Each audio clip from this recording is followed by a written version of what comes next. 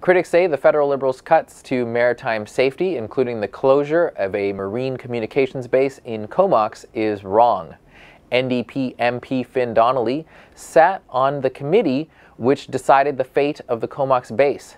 Finn joins us over Skype now to discuss the decision. Finn, what are your thoughts on the closure? Well, as a fisheries critic for the NDP and official critic for Coast Guards, I think this is a mistake. It obviously is a huge concern to British Columbians. That's why there was a call for a study to review the decision at the Fisheries and Oceans Standing Committee. We had hoped that there would be a good resolution out of that. Unfortunately, the government members decided otherwise, and they opted to recommend closure.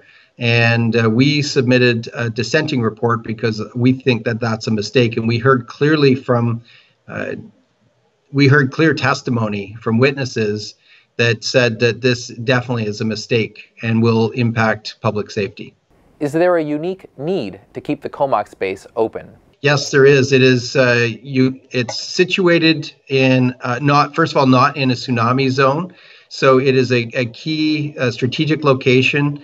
It's also part of 3 stations on the west coast that were consolidated or have now been consolidated into one. So Comox, Vancouver, and Victoria, and what that does is it takes 83% of the vessel traffic and combines it into one station in Victoria, which is 40% of the country's traffic.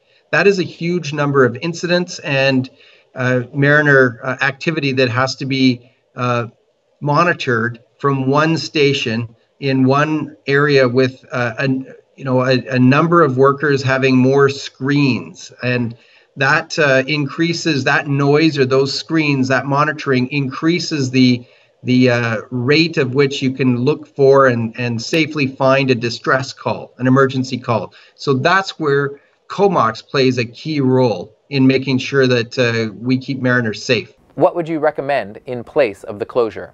Well, we have recommended that the government keep the station open.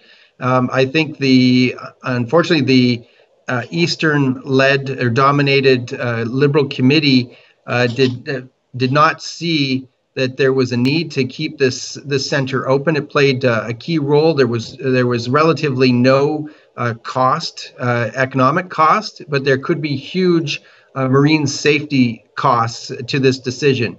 Of course, it just takes one fatality, one incident, and I can just see that pattern where they will change this decision. They will regret they made this decision. We've listened to the witnesses that came to committee. We've listened to British Columbians. We've listened to mariners who say, please keep that station open. Thanks, Finn. Okay, take care.